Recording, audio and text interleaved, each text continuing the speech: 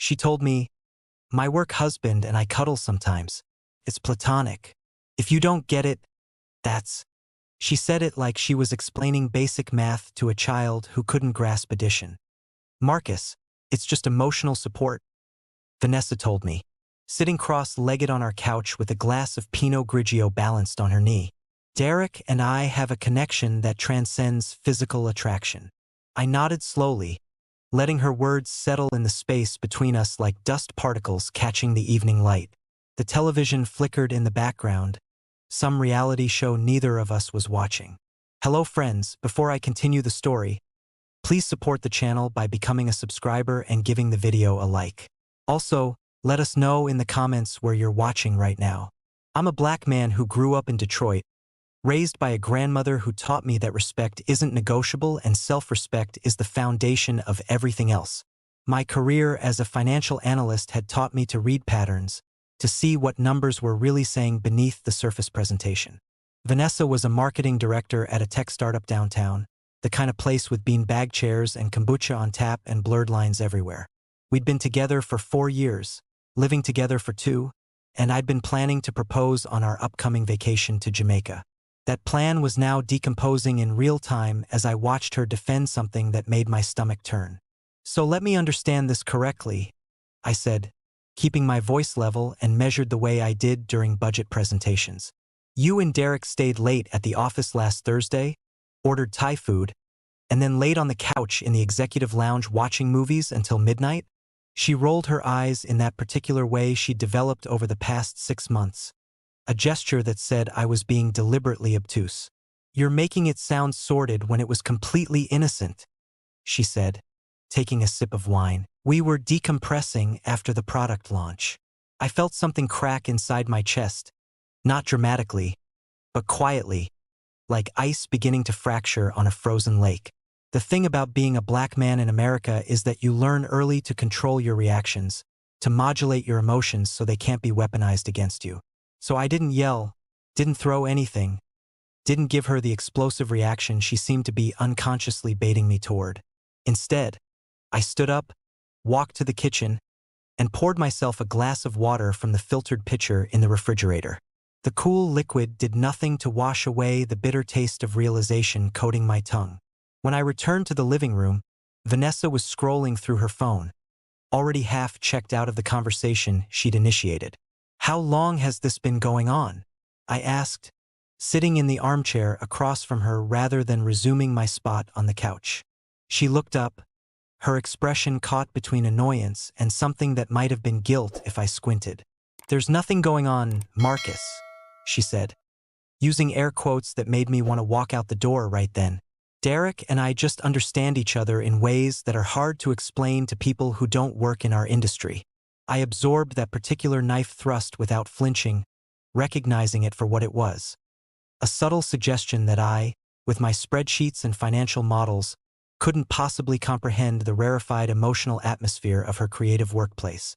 The previous month, I'd noticed the shift in her energy, the way she'd come home glowing with stories about Derek's brilliant ideas and Derek's hilarious observations and Derek's difficult divorce. She'd started working late more frequently, her text responses becoming sporadic and vague. Twice I'd driven to her office to surprise her with dinner, only to see her through the glass walls of the conference room, laughing with Derek, their body language spelling out a story she apparently thought I couldn't read. I'm not a stupid man and I'm not an insecure one, but I'm also not blind. The boundary erosion was so gradual that she probably didn't even recognize she'd crossed from appropriate friendship into emotional infidelity. Last Thursday wasn't the first time, I said, not asking, stating. Vanessa's eyes widened slightly, caught off guard by my certainty. We've watched movies together a few times, she admitted, her tone defensive now. It's not like we're making out or sleeping together, Marcus. There it was, the arbitrary line she'd drawn to justify behavior she knew was wrong. I set my water glass down on the coffee table with more force than necessary, the sound sharp in our suddenly too quiet apartment. So physical touch is where you've decided the boundary is? I asked, leaning forward with my elbows on my knees. Everything up to that is fair game? She shifted uncomfortably, uncrossing and recrossing her legs. You're being reductive, she said, and I recognized the vocabulary from her recent obsession with therapy Instagram accounts. Emotional intimacy with friends is healthy and normal. I felt my jaw tighten, felt the old familiar frustration of being gaslighted by someone using therapeutic language as a weapon. I thought about my own friendships, about my boy Kevin who I'd known since high school, about my colleague Jennifer who I grabbed lunch with sometimes to discuss industry trends. I never felt the need to lie on a couch with either of them in a dark room until midnight. I never texted them heart emojis or inside jokes that excluded my partner. I never prioritized their emotional needs over Vanessa's, never made her feel like she was competing for my attention. The double standard was so blatant it would have been funny if it weren't currently dismantling my life. Does Derek's ex-wife know about these movie nights? I asked, watching her face carefully. Vanessa's cheeks flushed, a tell she'd never been able to control. She's the reason he needs support, she said quickly. She was emotionally abusive and dismissive of his needs. I nodded slowly, filing that information away with all the other red flags I'd been collecting. And you're providing the emotional support his wife apparently failed to give him, I said. She stood up abruptly, her wine sloshing dangerously close to the rim of her glass. Why are you being like this? She demanded, her voice rising. I came to you honestly because I value transparency in our relationship. I almost laughed at that, at the absurdity of calling it transparency when she'd only confessed after I'd directly asked why she'd come home at 1 in the morning smelling like someone else's cologne. You value transparency, I repeated, standing to face her. But you didn't tell me about any of this until I confronted you. Her expression shifted through several emotions. Anger, defensiveness, something that looked almost like shame, before settling on righteous indignation. I shouldn't have to report my every interaction to you like you're my parole officer, she said, her voice sharp. That's controlling and patriarchal, and honestly, Marcus, it's beneath you. There was the therapy speak again, words she'd learned to deploy like tactical weapons. I felt a wave of exhaustion wash over me, the cumulative weight of 6 months of gaslighting and boundary violations and being made to feel crazy for having reasonable expectations. My grandmother's voice echoed in my head. When someone shows you who they are, baby, believe them the first time. You're right, I said, and I watched confusion flicker across her face. She'd been gearing up for a fight, armed with more Instagram psychology terms and accusations of my insecurity. What? She said, wrong-footed by my agreement. I walked past her to the bedroom, my mind suddenly crystal clear. You're absolutely right, Vanessa, I called back. You shouldn't have to report anything to me. I pulled my gym bag from the closet and started filling it with essentials. Toiletries, a few changes of clothes, my laptop, my passport. Behind me, I heard her footsteps, felt her presence in the doorway. What are you doing? She asked, her voice smaller now, uncertain. I'm going to stay at Kevin's for a while, I said, not looking at her, maintaining my focus on the task at hand. You and Derek can have all the platonic cuddling sessions you want without me being beneath it all. Marcus, don't be dramatic, she said, but I heard the thread of panic beneath her words. She'd expected me to argue, to plead, to give her the satisfaction of jealous anger she could then use to paint me as the villain. I'm not being dramatic, I said, zipping the bag and finally turning to look at her. I'm being clear. She stepped into the room, reaching for my arm, but I moved past her smoothly. We can talk about this like adults, she said, following me to the living room. I picked up my keys from the bowl by the door, the same bowl she'd bought at a street fair in Brooklyn during our second year together when everything was still good. We just did talk about it, I said. You told me your work husband provides something I don't, that your late-night intimate conversations are none of my business, and that I'm controlling for having a problem with it. Her face crumpled slightly, reality apparently dawning that her therapeutic jargon hadn't achieved the desired effect. I didn't say it like that, she protested weakly. I opened the door, paused, looked back at her standing in the middle of our living room looking lost. You told me, my work husband and I cuddle sometimes. It's platonic. If you don't get it, that's your issue, I said, my voice steady and final. So I'm removing the issue. I walked out into the hallway, leaving the door open behind me. The last thing I heard before the elevator doors closed was her calling my name, but I didn't look back, didn't hesitate, didn't second guess. My phone started buzzing before I even reached my car. Kevin answered on the second ring, his voice alert despite the late hour. "What's good, Marcus?" he said, and I could hear the concern beneath the casual greeting. "I need to crash at your place for a while," I said, starting my car. "Vanessa and I are done." There was a pause. Then, "Doors open, brother." I drove through the city streets, my mind oddly quiet after months of anxious noise. The weight I'd been carrying without realizing it was lifting with each mile I put between myself and that apartment. When I pulled up to Kevin's brownstone in Harlem, he was already on the stoop, 2 beers in hand. He passed me one without a word, and we sat there in the cool May evening, the city humming around us. "You want to talk about it?" he asked after a while. "Not particularly," I said, taking a long pull from the bottle. He nodded, respecting the boundary, and we sat in comfortable silence until I was ready. That first night, I slept better than I had in months, despite being on Kevin's pull-out couch. My phone had 17 missed calls from Vanessa and a slew of texts that progressed from confused to angry to apologetic. I read them with the detached interest of an analyst reviewing data points. "Marcus, this is an overreaction. Come home so we can discuss this rationally. You're really gonna throw away 4 years over nothing? Derek means nothing to me. You're the one I love. Fine, ignore me." This is exactly the kind of emotionally unavailable behavior my therapist warned me about.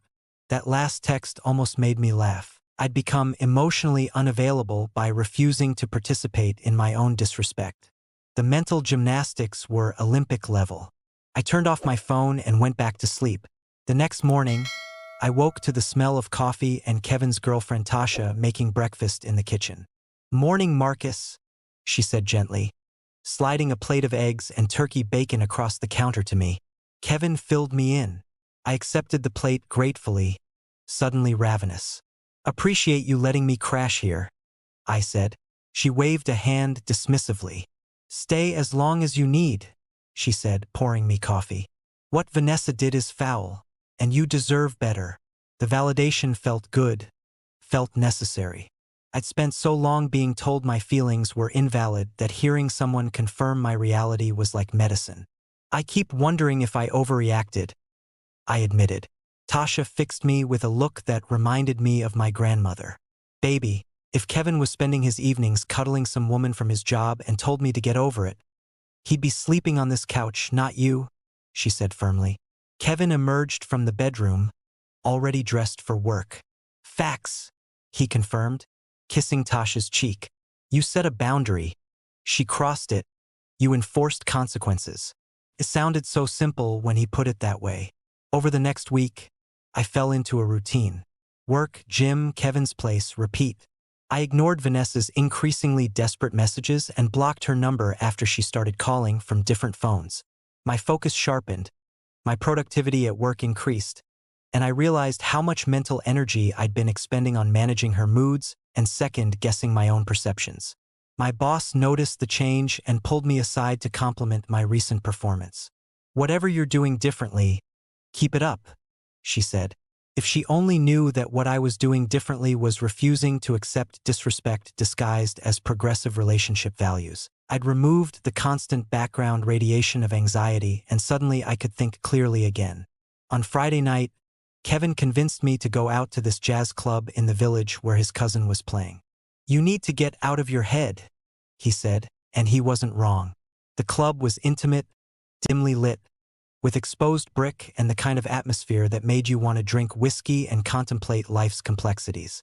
We grabbed a table near the back, and I let the music wash over me, the saxophone's mournful cry somehow soothing. Midway through the second set, I saw them, Vanessa and Derek, sitting at a table near the stage, her head on his shoulder, his arm around her waist. My stomach dropped, but it wasn't jealousy I felt. It was validation and vindication and a cold, clarifying anger. "Don't look now," Kevin said, but he was too late. I was already staring, watching Derek whisper something in Vanessa's ear that made her laugh. So much for Platonic. So much for just emotional support. I pulled out my phone and took a photo, not for social media, not for revenge, just for evidence that I hadn't been crazy. Kevin put a hand on my shoulder.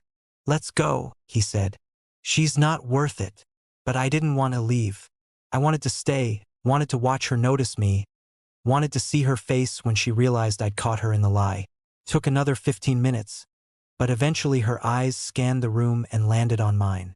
I watched the color drain from her face, watched her straighten up and push Derek's arm away too late. She stood, started making her way toward our table, and I felt Kevin tense beside me. "Marcus," she said when she reached us, breathless and flustered. "This isn't what it looks like." I took a sip of my whiskey, letting the silence stretch uncomfortable and long. "It looks like you're on a date with Derek," I said calmly.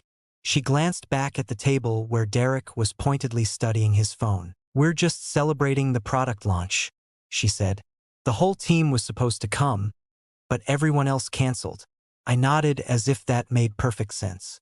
"So you decided to still come together, just the two of you, to a romantic jazz club," I said. "Platonically." Her face flushed.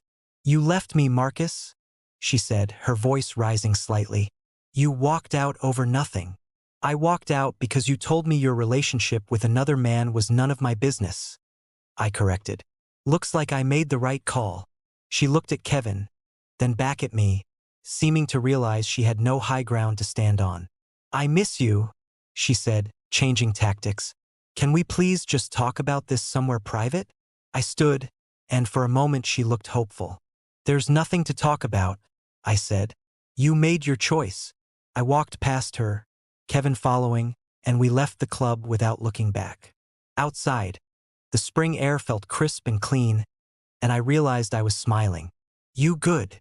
Kevin asked, concerned. "I'm great," I said, and I meant it. I'm fucking great. Because seeing them together had eliminated any lingering doubt, any whisper of maybe I was too harsh that had been nagging at my subconscious. She'd moved on before I'd even moved out, and now I was free to do the same without guilt. The following Monday, I called a realtor. Kevin and Tasha had been incredibly generous, but I needed my own space, needed to start building the next chapter. By Wednesday, I'd seen 3 apartments, and by Friday, I'd signed a lease on a 1-bedroom in Fort Greene with exposed brick and hardwood floors and windows that let in so much light it felt like absolution. I moved in the next weekend with Kevin's help, my possessions fitting into his truck in a single load since most of the furniture at the old apartment had been Vanessa's anyway. "New beginnings," Kevin said, helping me carry boxes up 3 flights of stairs. "New beginnings," I agreed. That night, alone in my empty apartment with a sleeping bag and a bottle of champagne Kevin had left as a housewarming gift, I felt something I hadn't felt in over a year: peace. The quiet wasn't lonely. It was liberating. I could breathe without analyzing whether my breath was too loud or too controlling or not evolved enough. I spent the next month settling into my new life with an intentionality that felt almost spiritual. I bought furniture I actually liked instead of compromising on Vanessa's aesthetic preferences.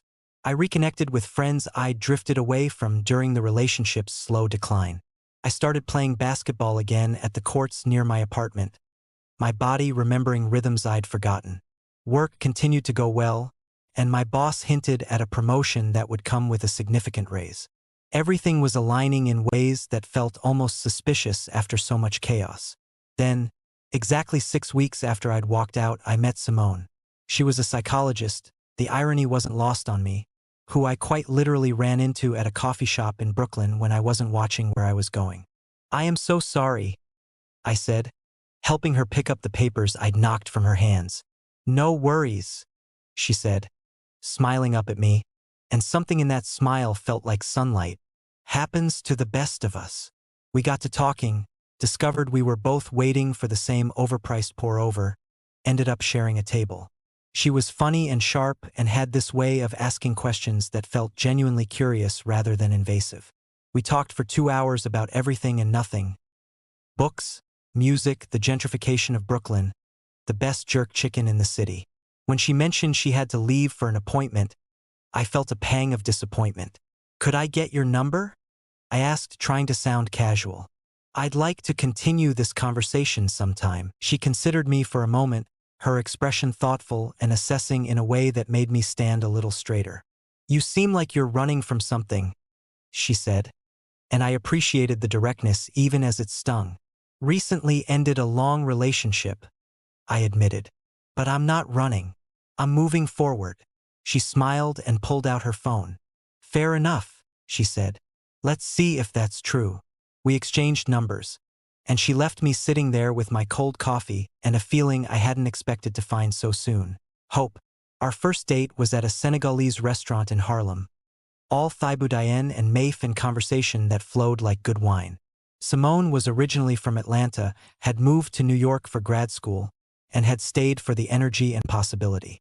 She asked about my ex without being weird about it, and I found myself telling her the whole story, the work husband, the gaslighting, the jazz club revelation. She listened without interrupting, her expression thoughtful. You did the right thing, she said when I finished. Emotional affairs are still affairs. I felt something a knot in my chest. Her therapist apparently would disagree, I said wryly. Simone snorted. Her therapist sounds like she gets her license from Instagram, she said. Actual therapy teaches you to take responsibility for your impact on others, not to weaponize terminology to justify harmful behavior. I could have kissed her right then. Over the next 2 months, Simone and I fell into something that felt entirely different from what I'd had with Vanessa. It was stable, reciprocal, honest. She had clear boundaries and respected mine. When we disagreed, we talked it through without therapeutic jargon or accusations. She met Kevin and Tasha and fit seamlessly into my life, and I met her sister and her college friends and felt welcomed rather than tolerated. This is what it's supposed to feel like, Kevin observed one night when the 4 of us were having dinner at his place. What's that? I asked. Easy, he said simply. Love shouldn't be that hard. Then, for months after I'd left, Vanessa showed up at my apartment. I'd given her my new address only because she needed to forward some mail, explicitly telling her not to take it as an invitation.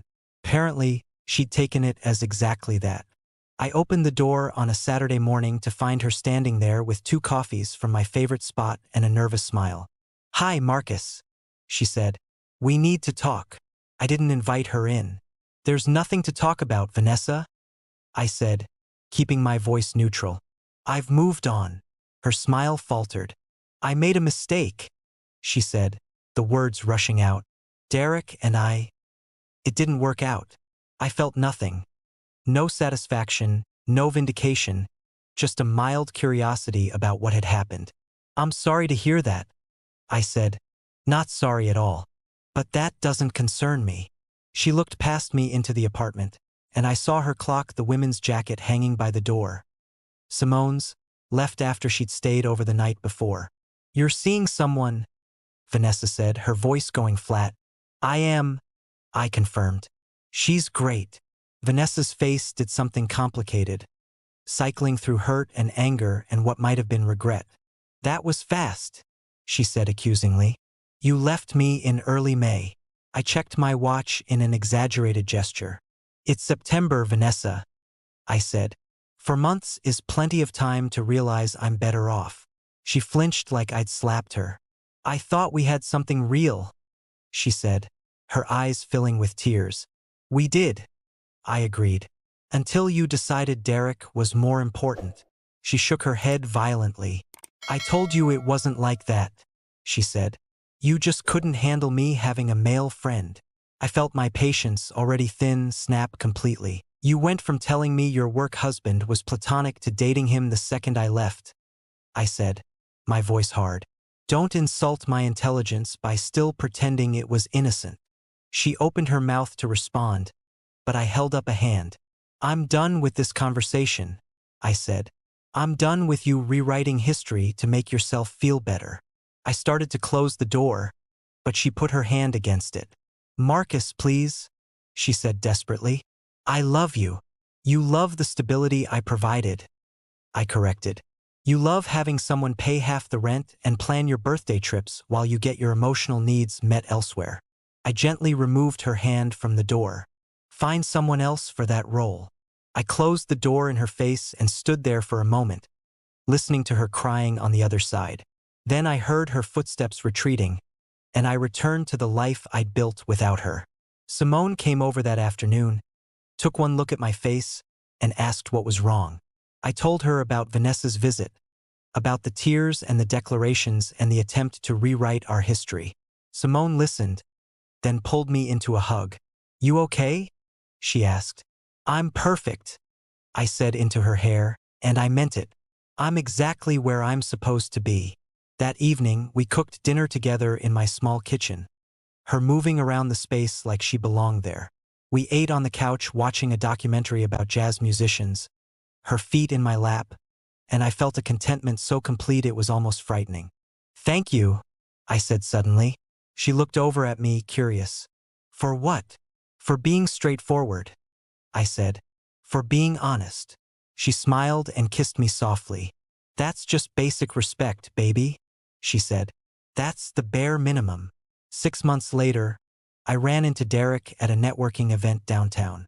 He recognized me before I recognized him, his face going pale as he tried to duck back into the crowd. I caught his eye and gave him a nod, not friendly but not hostile, just an acknowledgement of his existence. He approached me during the break, looking uncomfortable. Marcus, he said. Hey, Derek, I replied evenly.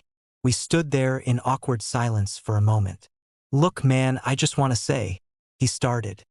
Don't, I interrupted. Whatever you're about to say, I don't need it. He looked relieved and guilty in equal measure. How's Vanessa? I asked, not because I cared but because I was curious if they'd managed to make it work. We broke up, he said. Couple months ago.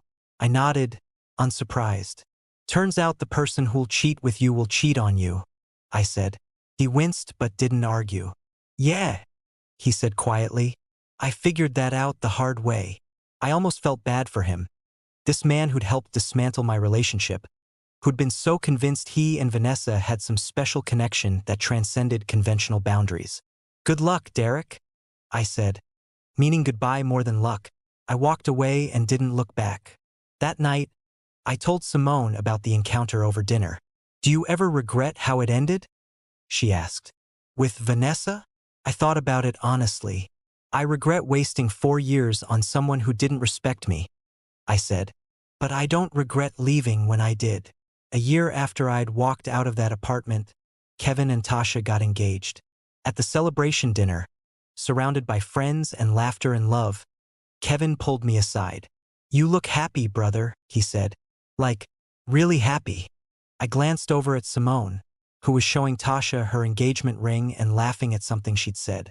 I am, I said. Best decision I ever made was walking away from someone who told me my boundaries were the problem. Kevin clinched his beer against mine. To knowing your worth, he said. To knowing my worth, I agreed.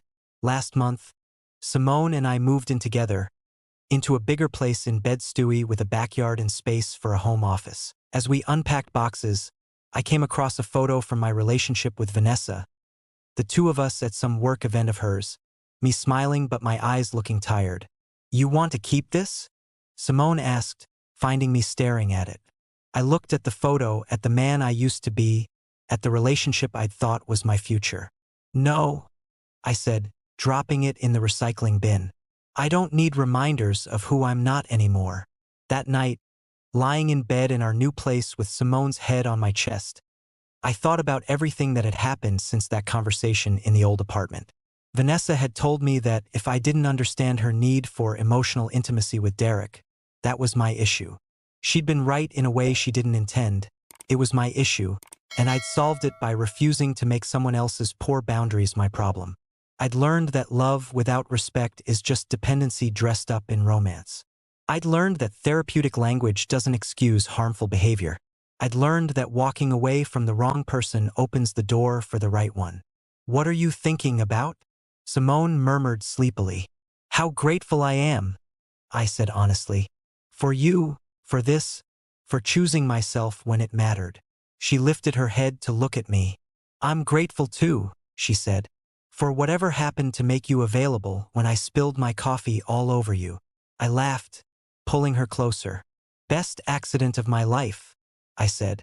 We fell asleep like that, tangled together in the comfortable silence of two people who chose each other every day without drama or manipulation or platonic work spouses. Sometimes I wonder what Vanessa tells people about our breakup, what narrative she's constructed to explain why the man she took for granted finally stopped participating in his own disrespect. I imagine she's cast herself as the victim of my jealousy, conveniently omitting the part where she was emotionally cheating and gaslighting me about my reasonable objections. But her story doesn't concern me anymore. I'm too busy writing my own. The truth is simple. She told me my boundaries were my issue, and I agreed.